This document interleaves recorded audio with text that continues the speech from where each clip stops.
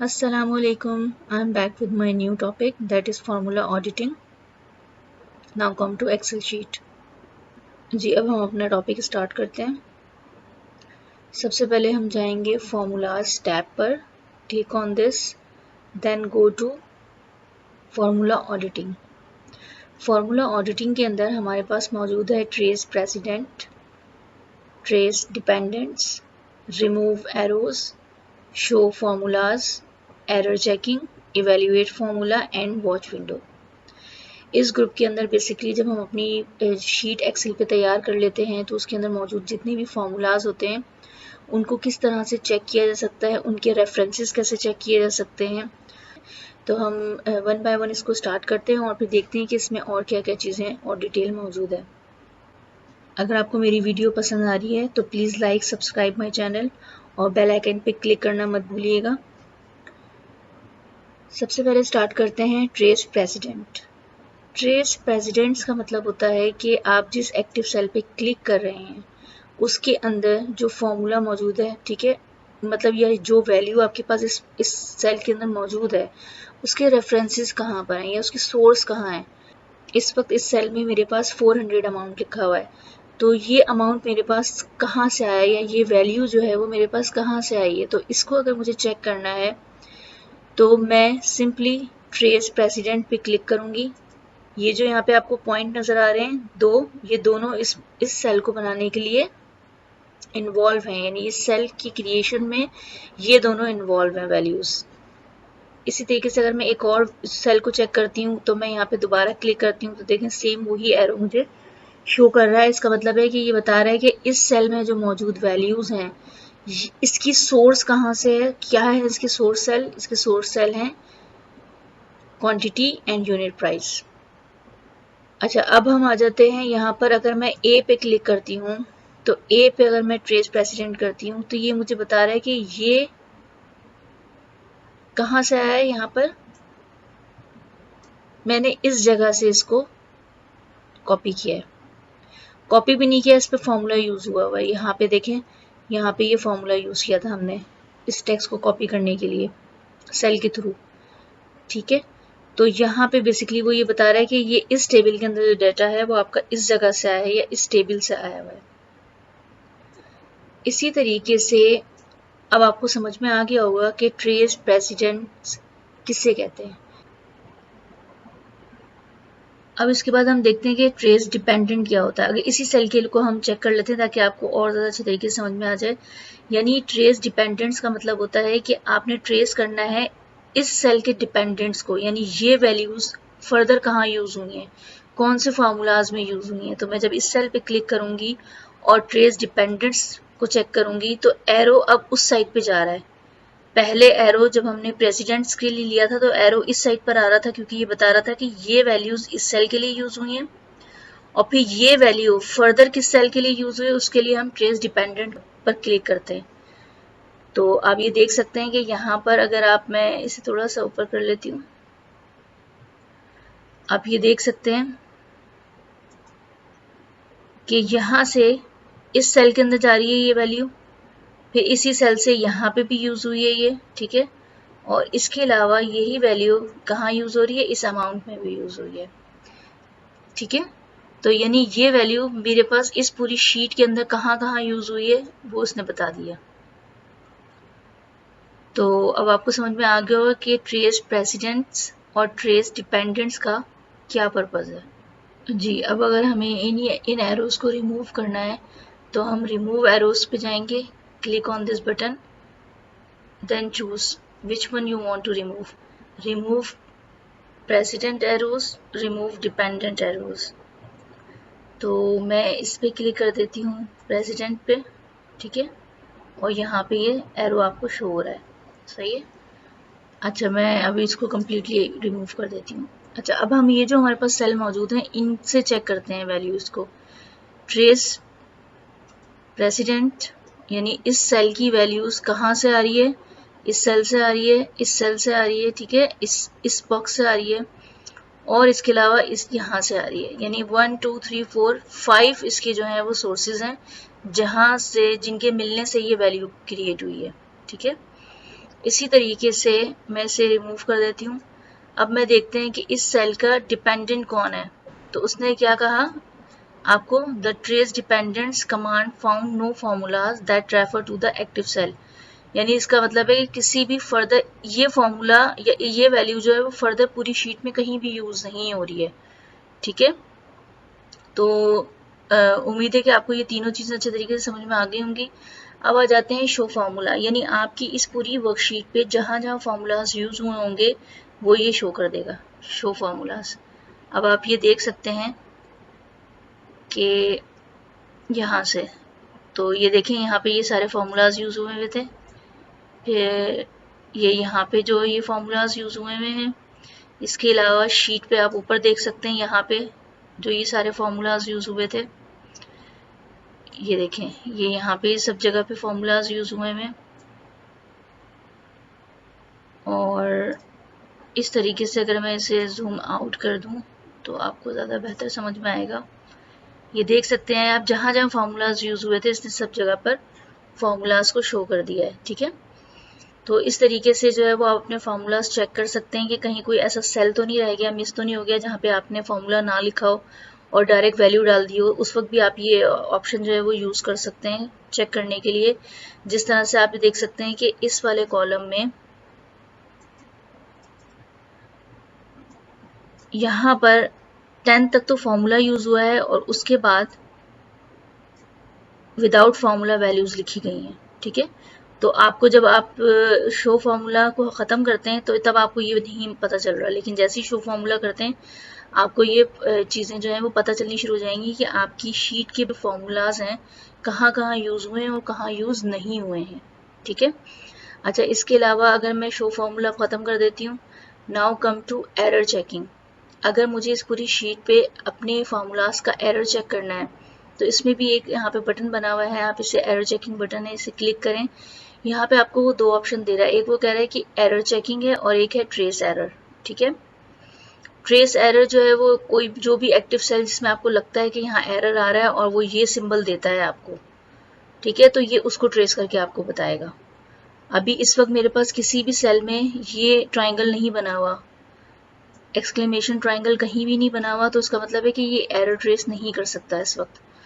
ठीक है, लेकिन ये एरर चेकिंग ज़रूर कर सकता है, तो मैं एरर चेकिंग करवा लेती हूँ। एरर चेकिंग के लिए जैसे ही आप क्लिक करते हैं तो अगर आपकी शीट के ऊपर कोई एरर होता है किसी भी किस्म का तो वो आपको शो कर देता है इस विंडो की तरह। इस विंडो में आप देख सकते हैं आपको वो बता रहे हैं कि एरर इन सेल J17 और उसने पूरा फॉर्मूला बता दिया कि ये फॉर्मूला है जिसके अंदर एरर आ रहा है। अब एरर क्या है, इनकंसिस्टेंट फॉर्मूला है ये। ठीक है, the formula in this cell differs from the formulas in the area of the spreadsheet. यानी जो फार्मूलाज हमारे पास यहाँ पे मैं आपको बता देती हूँ कि ये H है, हम H कॉलम पे चले जाते हैं, ये आ गया हमारे पास H कॉलम और H17 और I17। ठीक है, तो H17 ये H फॉर्मूला है, H कॉलम है ये और ये 17 है। तो आप इसे देख सकते हैं यहाँ पर, यानी ये दोनों वैल्यूज को वो बता रहा है कि ये और ये वैल्यू है, यानी H और I है। ठीक है, और एरर कहाँ पर है, यहाँ कहीं बता रहा है वो इसके अंदर। तो अब वो आपसे कह रहा है कि इनकंसिस्टेंट है, यानी कि ये बाकी जो स्प्रेडशीट पे इस जगह पे जो बाकी फार्मूलाज यूज हुए हैं ना उससे थोड़ा सा डिफरेंट है ये। अब इसमें आपने क्या करना है इसमें कि कॉपी फार्मूला फ्रॉम अबव, या तो आप ऊपर से कहीं फार्मूला कॉपी कर लें और उसको बैलेंस कर लें यानी वही सीक्वेंस आ जाए, या फिर हेल्प ऑन दिस एरर। आप जब इस पे क्लिक करते हैं तो ये आपको ऑनलाइन हेल्प देता है। ठीक है, ये आपके ब्राउजर पे जाके ऑप्शन खुलेगा, आप जरूर चेक करके देखिएगा इसे, और वहाँ पे ही आपको हेल्प ऑप्शन देगा कि क्या क्या चीज़ें हो सकती हैं इस एरर में, क्या क्या प्रॉब्लम हो सकती हैं। आप इग्नोर कर सकते हैं अगर आपको मालूम है कि आपने ये फॉर्मूला जो लिखा है और ये ठीक है और किसी वजह से आपने इसका पैटर्न चेंज किया है तो आप इसको इग्नोर एरर भी कर सकते हैं। इसके अलावा एडिट इन फॉर्मूला बार है, तो आप ये जो फॉर्मूला बार आपके पास मौजूद होती है इसमें आप एडिट भी कर सकते हैं। ठीक है, और ये प्रीवियस और नेक्स्ट फार्मूलाज भी चेक कर सकता है, उनके एरर भी चेक कर सकता है, क्योंकि अभी इसने पूरी जितनी भी शीट है इसके ऊपर चेक किया है तो इसमें सिर्फ एक यहाँ पे इनकंसिस्टेंट फार्मूला जो है वो आपको नजर आया है। अब हम क्या करते हैं, एडिट इन फार्मूला बार क्लिक करते हैं तो वहां पे वो कर्सर ब्लिंक करने लग जाता है। ठीक है, कर्सर ब्लिंक करने के बाद वो आपसे कह रहा है कि भाई आप इसमें चेंज कर लें जो करना है आपने, आप इसको ऐसे ही रहने दें। ठीक है, इग्नोर एरर कर देते हैं इसको, ओके किया, देन क्लोज हो गया ये। अच्छा, अब अगर मैं शो आपको फॉर्मूला करवाती हूँ तो जब आप शो फॉर्मूला करते हैं तो आपको नजर आएगा कि बाकी सब जगह पर मैंने स्टैटिक जो है वो फॉर्मूला यूज किया है, जबकि यहाँ पर कॉमा लगाया हुआ है। ठीक है, तो ये इनकंसिस्टेंट फॉर्मूला पैटर्न था जिसकी वजह से उसने इसको एरर कंसीडर किया है। ठीक है, तो इस तरह से जो है वो आप एरर चेकिंग कर सकते हैं अपनी ही शीट के ऊपर। अच्छा, अब फॉर्मूला जो है वो इवेल्युएट कैसे किया जाता है। फॉर्मूला सिंपली इवेल्युएट करते हैं इस तरह से कि आपने कोई भी एक फॉर्मूला लिया,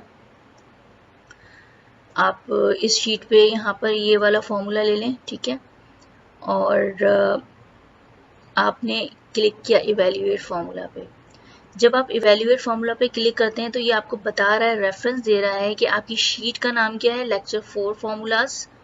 ठीक है, और उसमें वो आपको बता रहा है कि AA आपका कॉलम है और 13 आपकी रो है और ये इसका फॉर्मूला है। इसको अंडरलाइन करके बता रहा है। जब आप अंडरलाइन की हुई वैल्यूज के लिए इवेल्युएट करवाते हैं तो वो आपको बताता है कि ये 20 है। तो ये आप चेक कर सकते हैं यहाँ पे कि ये आपके पास यहाँ पे AA पे फॉर्मूला था। ठीक है, और 13 रो थी, लेकिन यहाँ पर इसने Y13 को जो है वो बताया कि ये 20 है, बिल्कुल ठीक है। और फिर इवेल्युएट करते हैं तो ये बता रहा है कि ये भी 20 वैल्यू है। फर्दर ये इवेल्युएट करता है तो ये बताता है कि ये 400 आंसर है इसका। यानी इस फॉर्मूला इवेल्युएट फॉर्मूला का पर्पस ये होता है कि ये आपके फॉर्मूला को स्टेप बाय स्टेप बता दे कि किस तरह से ये सॉल्व हुआ है इसमें। ठीक है, इस तरीके से आप इवेल्युएट कर देंगे तो वो फर्दर बता देगा आपको भाई 400 है इसका। मैं इसे क्रॉस कर देती हूँ। ठीक है, हम चले जाते हैं इस वाले फॉर्मूले को, हम इस फॉर्मूले को इवेल्युएट करते हैं क्योंकि इसमें जो है वो काफ़ी लंबा फॉर्मूला है। ये देखते हैं कि ये कैसे इवेल्युएट करता है। तो इवेल्युएट फॉर्मूला पे क्लिक करेंगे। सबसे पहले U5 पे क्लिक पे अंडरलाइन किया हुआ है तो ये सबसे पहले इसको इवेल्युएट करेगा।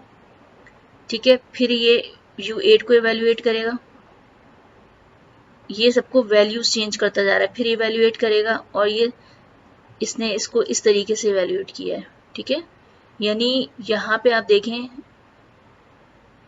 तो इसका आंसर आ गया है इस वक्त W7। तो W ये कॉलम है और 7 आपके पास जो है वो ये रो है। तो यही वैल्यूज यहाँ पर आ रही हैं। ठीक है, इसको रीस्टार्ट करते हैं, एक दफ़ा दोबारा देख लें कि यहाँ पे इसने सबसे पहले U7 U और यहाँ पर आ गया 7, यानी इसने U7 को पहले रीड किया है, यानी इस कॉलम को पहले रीड किया है, इसने इसको इवेल्युएट किया इसको। ठीक है, फिर इसने क्या किया, ये जो U था इस U8 को इसने इवेल्युएट किया है। फिर इवेल्युएट करने के बाद इसने जो है वो यहाँ से वैल्यूज निकाली हैं। ठीक है, फिर इसने इस पूरे फॉर्मूले को एक साथ इवेल्युएट किया है। तो इसने क्या किया 33,750 इसने आपको जो है वो शो कर दिया। तो इस तरीके से जो है वो आप इवेल्युएट फार्मूला के अंदर अपनी फार्मूला को इवेल्युएट कर सकते हैं, उसके स्टेप्स देख सकते हैं कि वो किस तरीके से कैलकुलेशन करता है। ठीक है, इसे क्लोज कर देते हैं जी। अब यहाँ पर आपको ये तमाम चीज़ें अच्छी तरीके से समझ में आ गई होंगी किस तरह से आप फार्मूला ऑडिटिंग करते हैं अपनी शीट के ऊपर। अब हम जाते हैं वॉच विंडो की तरफ। जब आप इस पर क्लिक करते हैं तो आपके पास एक विंडो ओपन हो जाती है। इस वॉच विंडो का पर्पस क्या है? इस वॉच विंडो का पर्पस ये है कि आप जो है वो अपनी शीट में बाज़ दफ़ा देखें, अभी तो मेरे पास बहुत कम डेटा है, इन केस अगर बहुत बड़ा डेटा होता है तो आपको काफ़ी नीचे तक वैल्यूज़ को देखना हो रहा होता है ना, कि आप जो है वो बार बार कभी स्क्रॉल अप करते हैं और स्क्रॉल डाउन करते हैं। तो इस चीज़ से बचने के लिए जो है ना ये ऑप्शन है हमारे पास वॉच विंडो, यानी आप जहाँ पे जिस जगह पे आप काम कर रहे हैं, शीट के जिस हिस्से में आप काम कर रहे हैं, लेकिन बार बार आपको वैल्यू देखने के लिए स्क्रॉल डाउन करना पड़ता है, तो आप वॉच विंडो खोलें और ऐड वॉच कर दें, यानी आप क्या देखना चाहते हैं। ठीक है, तो मैं इस सेल को ऐड वॉच करना चाहती हूँ। ठीक है, इससे पहले कि मैं इस सेल को ऐड वॉच करूँ, मैं क्या करूँगी कि इसमें फॉर्मूला लिख लेते हैं हम और सम का, और इन तमाम वैल्यूज़ को जो है वो हम सम कर लेते हैं। इन तमाम वैल्यूज़ को सम करने के बाद हमारे पास जो आंसर आ रहा है वो ये है। इसे मैं बोल्ड कर लेती हूँ,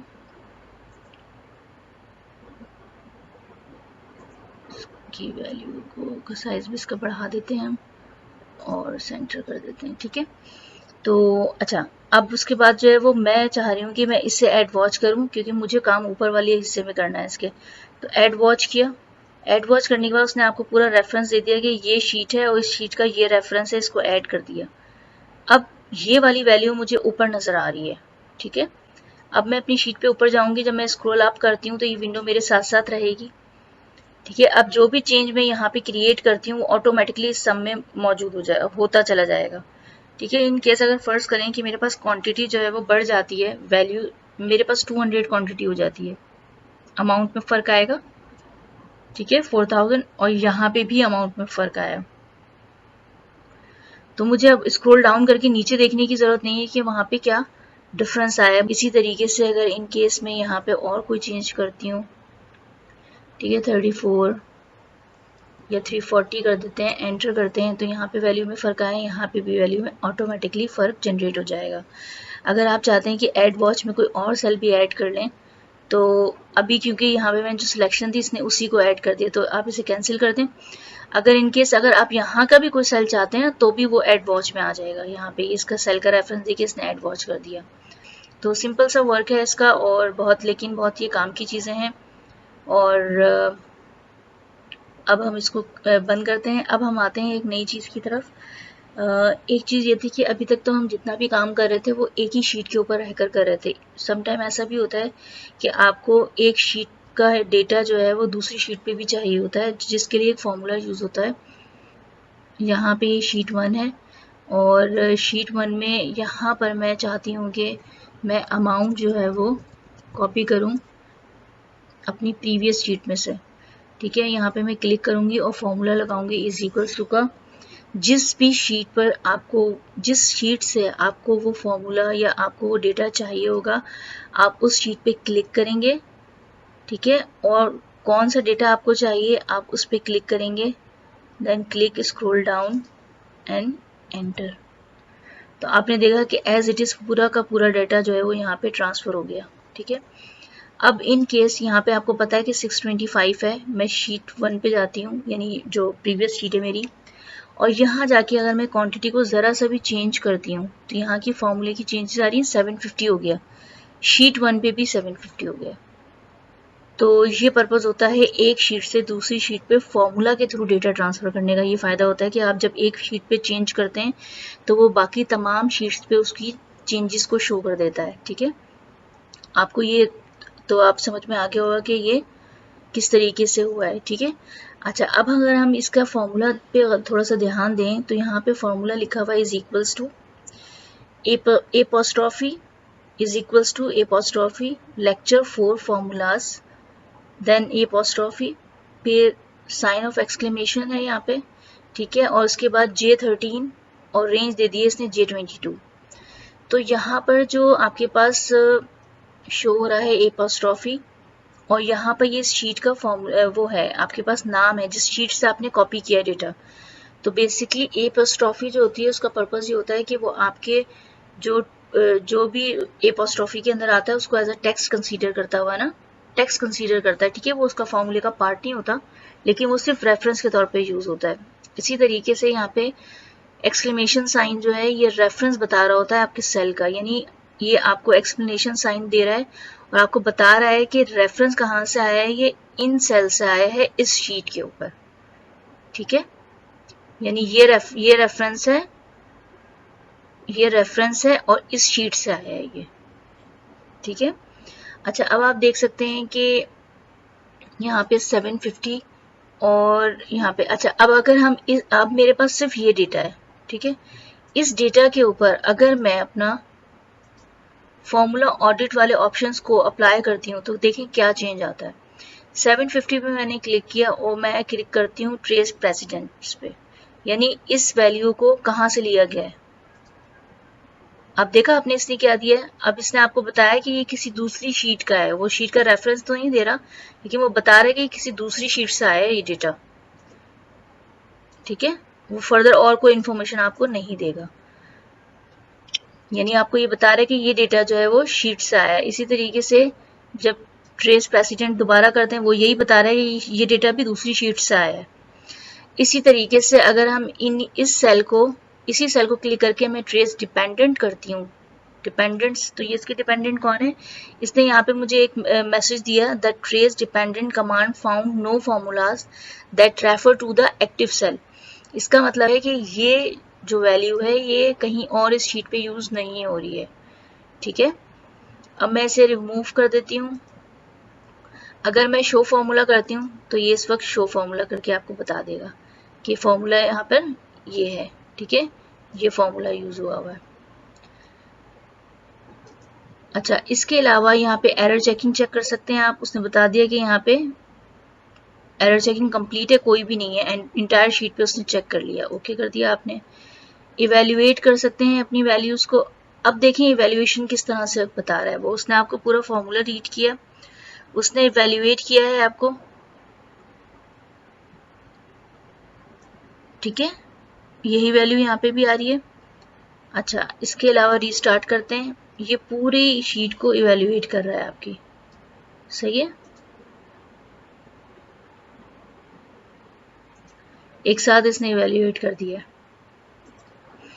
अब अगर आप इस पे क्लिक करते हैं और इवेल्युएट फॉर्मूला करते हैं तो ये देखें वही चीज आ रही है कि दोबारा इसने ये पूरी एक साथ शीट को इवेल्युएट कर दिया इसने। क्लिक। अब दोबारा हम अपनी पुरानी शीट के ऊपर जाते हैं। अगर आपको ये वीडियो पसंद आई तो please like and subscribe my channel and bell icon पे क्लिक करना मत भूलिएगा। तो इन तमाम फार्मूलाज को अपनी प्रैक्टिस में ज़रूर रखिएगा ताकि आपको जो है ये फार्मूला अच्छे तरीके से यूज़ करना आए। यहीं पर हम अपनी इस वीडियो को ख़त्म करते हैं और इंशाल्लाह मिलते हैं जल्दी। शुक्रिया।